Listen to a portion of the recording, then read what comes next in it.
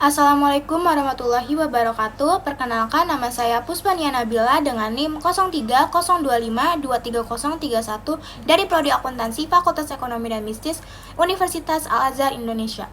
Saya di sini akan menyampaikan beberapa materi yang sudah dibahas oleh Bu Asri selaku dosen pengampu mata kuliah Akuntansi Dasar 2 setelah UTS. Berikut penjelasannya.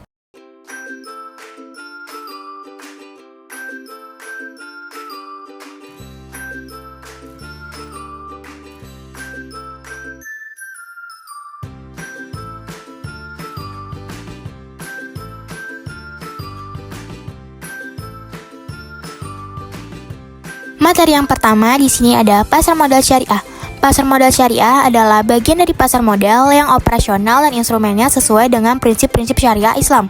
Tujuan pasar modal syariah yaitu yang pertama, mengakomodasi kepatuhan syariah, yang kedua, diversifikasi investasi, yang ketiga, mendorong perekonomian syariah, yang keempat, meningkatkan akses modal, dan yang terakhir, transparansi dan keadilan. Materi selanjutnya yaitu ada saham. Saham adalah tanda penyertaan, andil, atau kepemilikan seseorang atau lembaga dalam sebuah perusahaan. Saham sendiri terbagi menjadi dua, yaitu saham biasa dan saham istimewa atau preference. Nah, di sini terdapat contoh saham biasa, yaitu yang pertama hak atas dividen, yang kedua capital gain atau selisih harga jual dan beli, yang ketiga hak suara dalam RUPS, yang keempat tanggung jawab terbatas pada nilai saham, yang keempat, berhak memesan efek terlebih dahulu, dan yang terakhir keenam, menerima hak apabila perusahaan dilikuidasi. Nah teman-teman, selanjutnya ada contoh dari saham istimewa atau preference. Yang pertama, berhak mendapatkan pendapatan atau dividen tetap yang dibagi secara rutin. Yang kedua, berhak atas pembayaran akibat likuidasi dibandingkan dengan saham biasa. Selanjutnya, ada materi obligasi. Obligasi adalah surat berharga atau sertifikat berisi kontrak antara pemberi dana atau investor dengan emiten atau pihak yang diberi dana. Bersifat jangka panjang dan berisi hutang di mana penerbit wajib membayar bunga kepada pemegang surat obligasi selama periode tertentu dan melunasi pokok pinjaman pada saat jatuh tempo. Dan materi yang terakhir yaitu reksadana. Reksadana adalah wadah untuk menghimpun dana masyarakat yang dikelola oleh badan hukum yang bernama manajer investasi untuk kemudian diinvestasikan ke dalam surat berharga seperti saham, obligasi, dan instrumen pasar uang. Selanjutnya kita masuk ke materi yang kedua yaitu tentang sukuk mudharabah, murabahah, dan ijarah. Selanjutnya yang pertama di sini ada pengertian sukuk mudharabah. Sukuk mudharabah adalah sukuk yang dapat menggunakan akad bagi hasil. Pendapatan yang diperoleh investor atas obligasi tersebut tergantung pada pendapatan tertentu dari emiten atau sesuai dengan penggunaan dana dari penerbitan sukuk. Dasar bagi hasilnya dapat berupa pendapatan laba bruto atau pendapatan bersih dengan nisbah keuntungan yang sudah disepakati.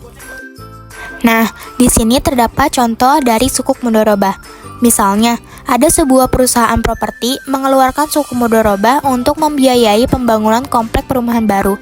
Investor yang membeli sukuk ini akan mendapatkan bagian dari keuntungan penjualan rumah-rumah tersebut. Selanjutnya, ada pengertian sukuk murabahah. Sukuk murabahah adalah surat berharga yang berisi akad pembiayaan dengan sistem sukuk murabahah. Adalah surat berharga yang berisi akad pembiayaan dengan sistem murabahah. Nah, di sini ada contoh murabahah. Misalnya, ada seorang pedagang eceran membeli roti dari toko bakery dengan harga Rp10.000. Kemudian, ia menjual lagi roti tersebut kepada pembeli, namun dengan menambahkan keuntungan sebesar Rp5.000. Jadi, harga yang dijual pedagang eceran tersebut sebesar Rp15.000.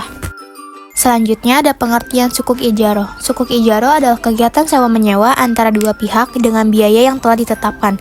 Istilah ijarah berasal dari bahasa Arab, yaitu al-arj, yang artinya imbalan, kompensasi, atau substitusi. Contoh ijarahnya yaitu, dalam bidang properti di Indonesia dapat kita lihat dalam kredit pemilikan rumah KPR, terutama KPR syariah. Pengaju KPR mencicil pembayaran rumah dalam periode tertentu, lalu menempati rumah yang dicicil tersebut dalam artian menyewa rumahnya. Selanjutnya, kegiatan ini berujung pada kepemilikan rumah tersebut ketika proses cicilan selesai. Selanjutnya masuk ke materi yang ketiga yaitu kas wakaf link sukuk. Pengertian kes wakaf link sukuk.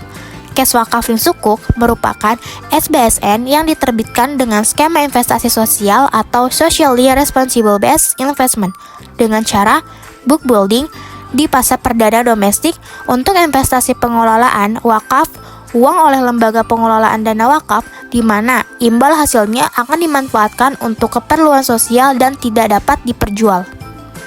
Keunggulan Kes Wakaf Lin Sukuk ada 6, yaitu yang pertama, adanya fasilitas untuk pewakaf uang sehingga dapat dimanfaatkan untuk kegiatan produktif. Yang kedua, penempatan wakaf uang dalam instrumen yang aman dan bebas risiko, yaitu sukuk negara.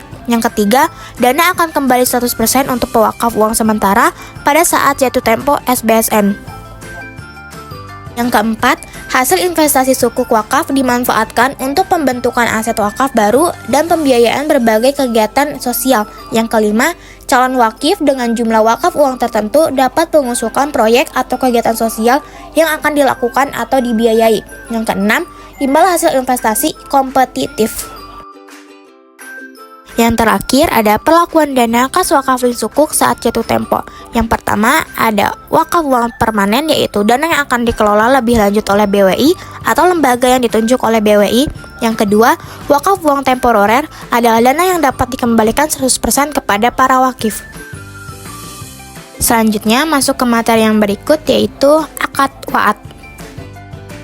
Pengertian akad wa'ad. Akad wa'ad adalah pernyataan kehendak dari satu orang atau pihak lain yang melakukan sesuatu yang baik atau tidak akan melakukan sesuatu yang buruk kepada pihak lain atau mau'ud di masa yang akan datang.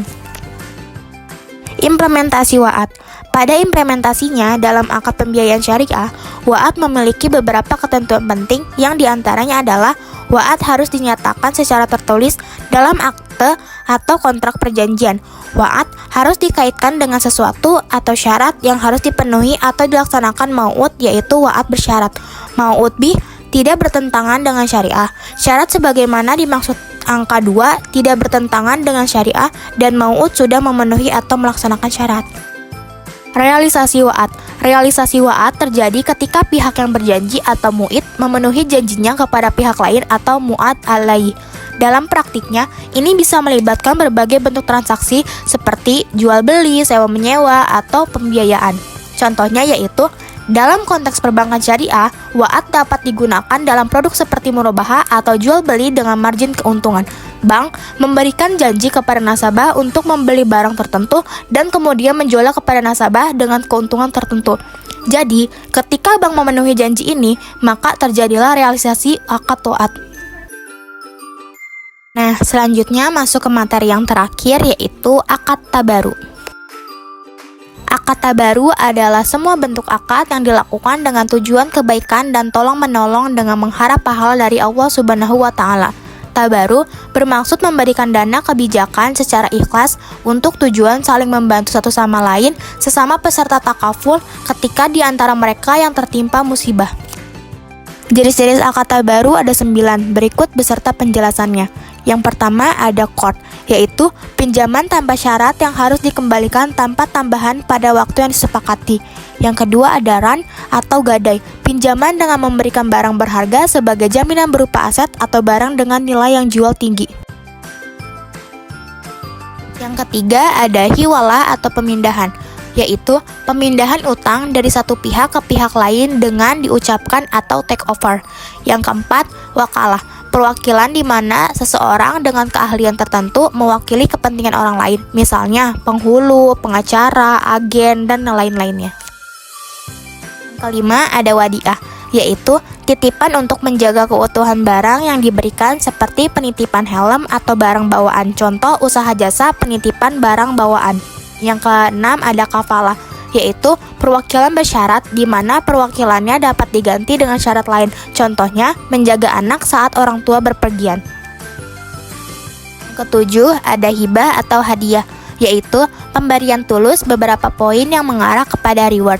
Yang ke-8 wakaf, memisahkan harta pribadi untuk digunakan bagi kepentingan bersama, seperti mendukung kemajuan atau kesejahteraan umat Islam.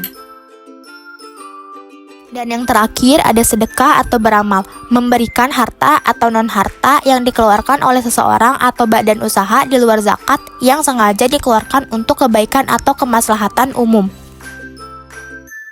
Nah, yang terakhir kita masuk ke bagian review pembelajaran akuntansi syariah 2. Jadi, secara keseluruhan, akuntansi syariah 2 memberikan pemahaman yang lebih komprehensif tentang bagaimana prinsip-prinsip syariah diterapkan dalam akuntansi dan keuangan, serta menekankan pentingnya etika dan kepatuhan syariah dalam praktik bisnis.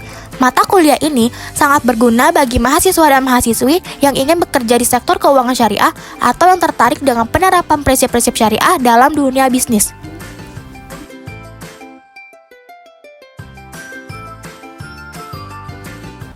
Demikian yang dapat saya sampaikan. Kurang lebihnya mohon maaf. Wassalamualaikum warahmatullahi wabarakatuh. Terima kasih Ibu.